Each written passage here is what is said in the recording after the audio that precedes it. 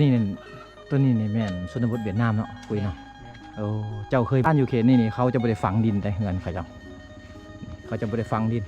สบายดีโอ้ภาษาลาวก็ได้เนาะทางนี้เนาะได้นัดเดียวอยู่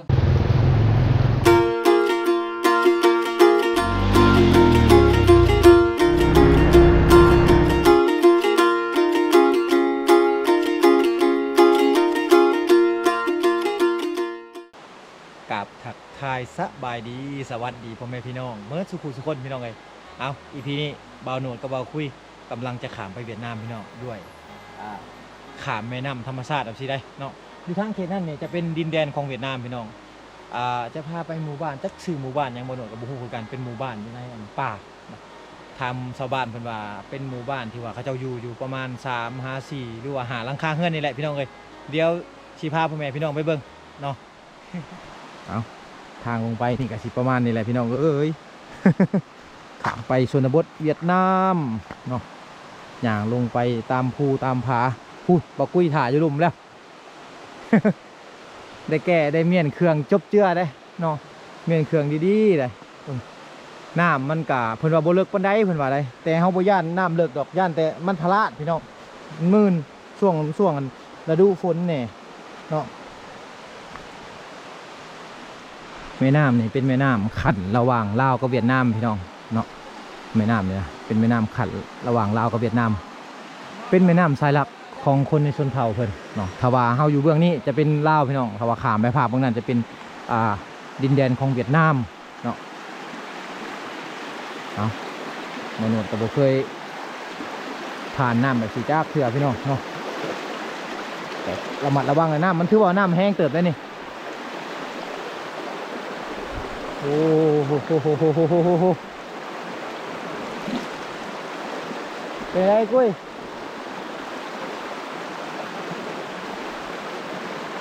ใครแต่หินมันโมหมื่นพี่น้องเนาะใครแต่มันโมหมื่นเป็นไรเพราะอย่างถามได้อยู่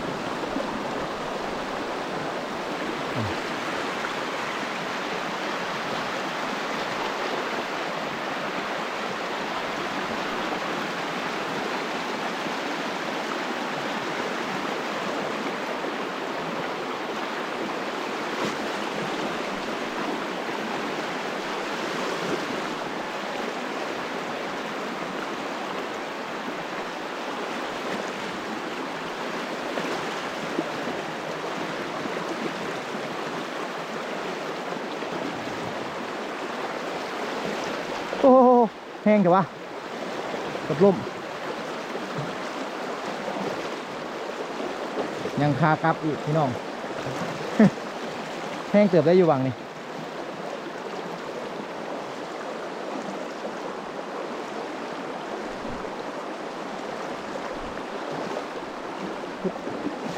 มันจากหมื่นพี่น้องเลยโอ้โหโอ้ย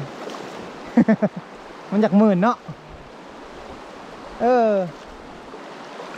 อยู่ทางนี่ดินทรายที่เขาจะมาเห็ดเฮือนนี่เป็นดินทรายแบบเดียวกันกับอันเขาดูดขึ้นมาเตะน้ำคลองเลยพี่น้องเนาะเห็นบ่โมเมนต์ทรายแดงเลยจะเป็นทรายขาวแบบนี้เลยอยู่บ้านเขานี่เขาจะขายรถหนึ่งประมาณ600,000 กีบหรือว่าประมาณ 1,000 บาทพี่น้องเนาะรถ10 ล้อรถหนึ่งนี่เนาะแต่ว่าอยู่ทางบ้านพอดีถ้าว่าจะเห็ดเงินเห็ดซานกะเอาจากนี่แหละเนาะไปเห็ดเลยมีหินพร้อมหินกับหินก้อนบ่ใหญ่บันไดเนาะกะสิประมาณนี้แปลว่ามวลแห่ธาตุต่างๆนี่อยู่นี่มีครบแล้วพี่น้องเนาะซื้อแต่ปูนเข้ามากับแรงงานคนเท่านั้นเดี๋ยวจะพาทุกคนขึ้นไปเบิ่งชนบทเวียดนามที่มีประมาณ4-5 หลังคาเรือนพี่น้องเนาะเป็นหมู่บ้านในป่าลึก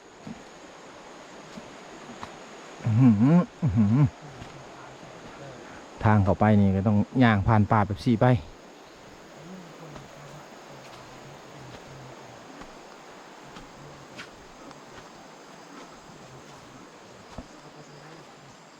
โอ้ไปทางใดเฮาบัดนี้ทางนี้จะแม่นลงไปห้วยหั่นพี่น้องลงไปแม่น้ำหั่นน่าจะไปทางนี้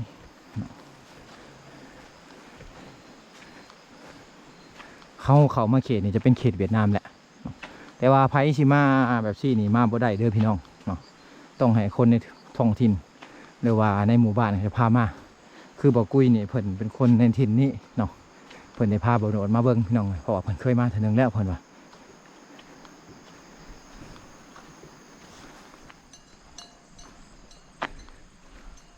อยู่ทางนี้เลี้ยงควายแล้วทางนี้พี่น้องเนาะ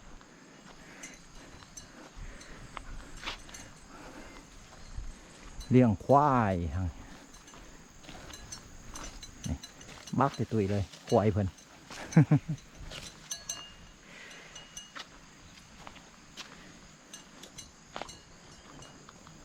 เอาเขามาหอดแต่พี่น้องเลยเนาะ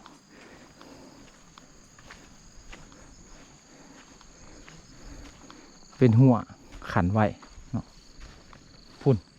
ทางลงไปนี่แม่นหนทางที่ว่าจะลงไปห่วยหั่นเนาะถ้าว่าจะขามมาบ้านเพิ่นก็ต้องได้ขามห่วยนะซะก่อนเป็นหนทางอยู่พี่น้องแต่ว่าเป็นหนทางแบบว่า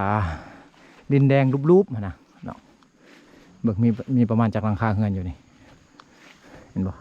เฮือนซ่านอยู่เขตนี่เขาจะไม่ได้ฝังดินแต่เฮือนเขาจะไม่ได้ฝังดินเขาจะตั้งไว้แบบซี่เนาะเวลาที่ว่าเขาเจ้าย่ายเฮือนเนี่ยมันย่ายสบายพี่น้องให้คนในบ้านเนี่ยมายกมาย่อซอยกันเลยเนาะจะเอาหินจากแม่น้ำเลยเนาะมาห้องเขาจะบริสุทธิ์กันเสาปูนมาห้อง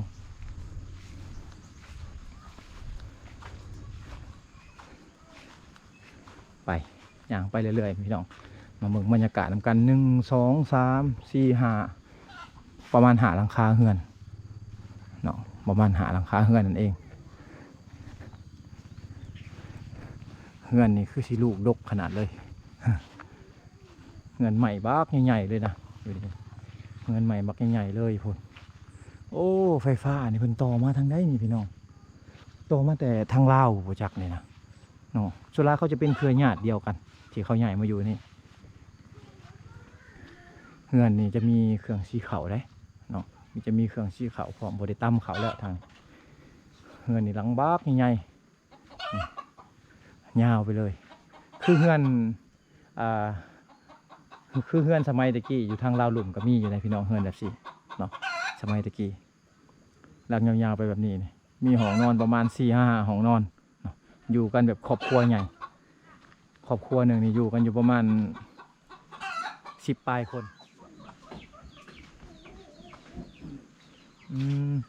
เป้นี่ ตอนแรกนี่วัยรุ่นคือสิเต็มเลยนี่ผูกเป้ไว้ให้วัยรุ่นขี่ตอนแรกมานี่คือสิเต็มเลยอยู่นี่นะวัยรุ่น 1 2 3 4 5 6 เป้พี่น้องเลยซ้ำซีนอนอยู่นี่ เงียบเนาะบ่มีคนปานใดคนจะไปใส่หมดเลยโอ้อันนี้ลูกปืนใหญ่ฮะลิงพูดลิงอยู่พูพี่น้องเนาะแต่ว่าบโนดถ่ายใกล้บ่ได้ถ่ายใกล้ๆได้อยู่น่าจะเป็นแบบทารุณสัตว์ลิงเนี่ยเป็นลิงสัตว์ป่าที่ว่าเขาจะผูกจะหมัดบ่ได้พี่น้องเนาะแต่ว่าคนในชนเผ่าเขานี่หรือว่าคนในเขตเวียดนามเนี่ยเขานิยมเอามาเลี้ยงเนาะเป็นสัตว์เลี้ยงในเฮือนในซ่านพี่น้องแต่ความจริงเดี๋ยวลิงเนี่ยเขาปล่อยไว้ตามป่าเลยมันเป็นแบบหมดสัตว์สงวนเนาะลิงนี่เป็นสัตว์สงวนห้ามเลี้ยงเด็ดขาดถ้าว่าไปเลี้ยงอยู่ในเมืองนี่ต้องได้มีใบอนุญาตจบเจือพี่น้องจากเมืองจากแขวงเนาะก่อนจะเลี้ยงได้อันนี้คือลูกระเบิดทางดังเอาไว้ตีผ้าตีมีดเป็นลูกระเบิดใหญ่แต่ว่าหัวกระสุนบ่มีแล้วแหละมีแต่ลูกมันซื่อๆพี่น้องเนาะตัวนี้มันตกมันแตกเรียบร้อยแล้วเพิ่นเอาไว้ตีผ้าตีมีดมันจะเป็นไห่เพิ่นเป็นสวนเพิ่นเนาะเห็ดเกี่ยวกับมันต้นพี่น้องมันต้นปลูกเขาต่างๆปลูกกาแฟอยู่เบื้องพุ่นเนาะถึงว่าจะอยู่ไกลได้นี่แต่ว่าเพิ่นก็ยังเห็ดเกี่ยวกับกสิกรรมการปลูกฝังต่างๆก็ยังมีครบอยู่เนาะทางนี้เตะบานฟุตบอล เอาเงินซานนี่ก็เป็นเงินซานที่ว่าเงินใหม่เมื่อทุกหลังคาเงินเลยที่ว่าเขาเข้ามาทั้งนี้นี่เงินใหม่ห้องเสาคักแน่ได้ห้องเสาหินพี่น้องเลยเบิ่งหินก่อนบักไงนี่ตัวนี้แม่นค้นขึ้นมาแต่แม่น้ำที่ว่าเขาขามมานี่แหละเนาะสะดวกสบายก็คือการหยกการง่าย ถ้าว่าบ่ได้ฝังเสาใส่ดินไว้อันนี้คือเขาให้พี่น้องเลยเนาะเป็นเขาให้เพิ่นตากแห้งไว้เอาไปซีทางนี้เนาะเขาให้เนี่ยเอาไปซีเพิ่นมีหงซีเลยเด้เนาะเขาให้ทั้งนี้จะเม็ดยาวเด้อพี่น้องเนาะจะเป็นเขาอันของเวียดนามเนาะเป็นแนวพันธุ์ของเวียดนามจะบ่ได้ปุ่มๆคือทางส่วนเผาเฮานี่ไรตากเต็มหน้าบ้านเลยเพิ่นนี่เนาะตากเต็มหน้าบ้าน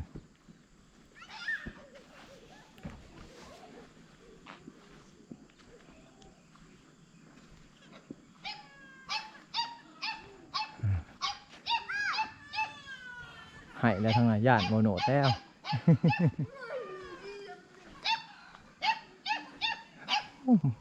บรรยากาศช่วงนี้บ่มีคนเนี่ยพี่น้องเพราะว่าเขาไปหับจ้างหมดเนาะผู้คนที่ว่าเขาจะไถ่ถามเพิ่นกับบ่อยู่เฮือนอยู่ซ่านแหละเขาไปหับจ้างหมดแล้ว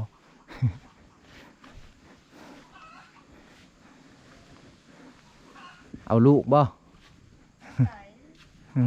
หลานบ่เอาหลาน ใครอยู่ทางคนในเขตนี้เว้าภาษาลาวได้เลยเว้าภาษาลาวได้แน่เว้าภาษาชนเผ่าแน่เนาะนี่รถเพิ่นนี่จะเป็นรถเวียดนามนะรถของเพิ่นนี่จะเป็นรถเวียดนามเลยพี่น้องเนาะมาจากกวงจิเนาะ74AH มาจากเมืองกวงจิเขาจะใส่รถเวียดนามนี่แหละเนาะไม่ว่าจะเป็นฝั่งลาวหรือฝั่งเวียดนามจะใส่รถแบบซี่ในการไปมาหาสู่กันเนาะนี่ตัวนี้นี่แม่นชนบทเวียดนามเนาะคุยเนาะโอ้เจ้าเคยมาตลอดเป็นบ่เคยมาอยู่เนาะแต่ว่าบ่ได้มาดู เพราะว่าถ้าว่าเฮาจะเข้ามาทางนี้ต้องได้ขออนุญาตก่อนแม่นบ่คนลาวปกติคนลาวเฮาคนอยู่ในเมืองนี่มาบ่ได้แล้วเนาะแม่นต้องได้ขออนุญาตก่อนมีแต่คนในเขตนี้ที่ว่ามาได้ใกล้เคยมาตลอดทางนี้เขาจะเว้าภาษาลาวได้นำเนาะแม่นได้เพราะว่าเขาก็ใกล้อยู่บ้านเฮานะอยู่ใกล้กันแม่นอยู่ใกล้ส่วนหลายก็เป็นพี่น้องกันเนาะเป็นพี่น้องกันที่ว่าย้ายมาอยู่เวียดนามแม่นบ่เอาพี่น้องย้อนนี่แหละเพิ่นจึงเว้าภาษาลาวได้เว้าภาษาบะโกะกะโดภาษาลาวก็ได้ภาษาเวียดนามก็ได้ทางนี้ไปรับจ้างนี่สบายเลยเนาะโอ้นี่อันนี้คืออันซากระเบิดหรือว่าซากยนต์พี่น้องเนาะจะเป็นท่อน้ำมันยนต์ได้นี่เพิ่นเอามาเฮ็ดคันไดนี่ยูเซโปนจะหลายอันนี้นี่คันไดอันนี้นี่จะหลายยูเซโปนนี่ซากยนต์เนาะเบิ่งนี่เฮ็ดคันไดขึ้น เป็นซากของเครื่องบินอีโรคอปเตอร์ต่างๆแต่สมัยสงครามโฮจิมินห์ซากยนต์ตัวนี้นี่เขาเก็บมาเฮ็ดอันนี้โอ้60 ปี70 ปีได้พี่น้องเอ้ยเนาะโดยเดี๋ยวนี้เฮาขึ้นมาเฮือนเพิ่นแล้วพี่น้องเนาะนี่คือเฮือนชนบทอยู่ในเขตเวียดนามเฮาเนาะเฮือนชานมันก็จะคือกันกับอันอยู่ทางภาคของลาวเฮาพี่น้องอยู่ทางฝั่งลาวเฮาเนาะจะคือกันเฮือนชานของเพิ่นก็จะคือกับฝั่งลาวเฮาพี่น้องเลยเนาะคือกับชนเผ่าฝั่งลาวเฮานั่นเองนี่จะเป็นเฮือนครัววางแต่งอยู่ครัวกินต่างๆของเพิ่นพี่น้องเลยเนาะนี่เห็นบ่คือกับชนเผ่าเฮาแหละเนาะกินอยู่ตามธรรมชาติเนาะตาเลยนะแต่เกิดเลยนั่นเอาปลอกที่นั่งคันจกที่จ่าเลยอันอย่างใช้เยอะอันอย่างอันไว้ที่อันแกใกล้มาแกะครับโดยไปลื้อตรงตีงานเพิ่นสิเอากาแฟมาให้กินได้เมื่อกี้นี่เฮาบ่กินนี่แหละขึ้นเฮือนอยู่ในชนเผ่าเฮาเนาะอันนี้คือประชาชนเวียดนามเนาะเป็นบ่ปฏิทินกับเจ้าหรือว่าเป่านี่คือเป็นประชาเวียดนามเพิ่นเครื่องใช้นี่มาของเวียดนามเลยแต่ว่าภาษาลาวเขากับพ้องฮู้อยู่โดยสุดท้ายนี่เพิ่นเว้าภาษาเวียดนามกับประชาชนเผ่าเนาะแม่เว้าปนกันสบายดีไอ้สบายดีภาษาลาวก็ได้เนาะทางนี้เนาะได้น้อยเดียวอยู่บ่ได้หลายบ่ได้หลายภาษาเวียดก็คือกันชาวเวียดก็ได้หลายอยู่บ่หลายเลยสำคัญนั่นแหละกับภาษาลาวเพราะว่าอยู่ระหว่างกลางเนาะว่าซะอยู่ระหว่างกลางลาวเวียดนามเนาะเป็นคนชนเผ่าก็เฮ็ดกินก็เฮ็ดกินน้ำเวียดนั่นแหละลาวมันอยู่ใกล้อ่ะนี่ เออเออเออ อันนี้เวียดมันอยู่ใกล้ เออเออเออเงินชานเพิ่นอยู่กันจักคน ๆมีแต่ชาวคน โอ้คัก เมีย อยู่ กะมีปะแหละ เมียนี่พระ เออ อัน โดน แต่ เลย แต่แอนไอเนี่ยปะ ประมาณ2 อาทิตย์คนแรก โอ้ เออ อยู่กับลูกบัดนี้ อยู่กับลูก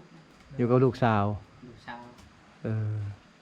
เมียนี่พระแหละเพิ่นว่าเพิ่นใครแต่เพิ่นเว้าภาษาลาวแจ้งขนาดใดพี่น้องเอ้ย บ่โนดก็พอได้สื่อสารนำเพิ่นเนาะถ้าว่าเพิ่นเว้าภาษาลาวบ่แจ้งนี่โอ้บ่เข้าใจกันเลย ไอเนี่ยเตะกาไข่เอ๋ เออ กูมาอ่านบัตร บ่ได้ไปเฮ็ดให้บ่ กูมา เฮ็ดดอก เออ ให้เฮ็ดชวนมันต้น ส่วนมันต้นบ่ แม่น อืม แต่เชียร์ยาแล้วหันก็อย่าพูดหันแต่พักนั่นนี่ พักพร ยังบ่ทันได้สุกเด้ โอ้ข้าวยังทันสุก ยังบ่ทันได้สุก เอาพักพรก่อนอืม อันละปุนั่นล่ะ อยู่กัน2คนเพิ่นว่ากับลูกสาวเพิ่นเงินชานกับแบบนี้แหละพี่น้องเอ้ยเนาะในเขตชนเผ่าบางหลังคาเรือนก็ถือว่ามีแน่บางหลังคาเรือนก็บ่มีพี่น้องเอ้ยเนาะตามทรัพย์สินที่ว่าถ้าว่ามีทรัพย์สินหลายก็เขาจะสร้างเงินงามกว่านี้เนาะเพิ่นก็เป็นที่ว่าทรัพย์สินบ่ค่อยมีพี่น้องเอ้ยก็อยู่แบบซี่ไปก่อนเนาะเจ้าชื่อหยังเจ้านะ ชื่อช่วย จ้วย โดย โอ้ชื่อจ้วย ทางนี้เอาเมียไว้ได้อทางนี้เอาเมียไว้แต่งสร้างครอบครัวไว้เนาะ โดย สิปลายปีนี่เอาเมียแล้วทางนี้ โดย โดยขอมกขอบใจได้หลาย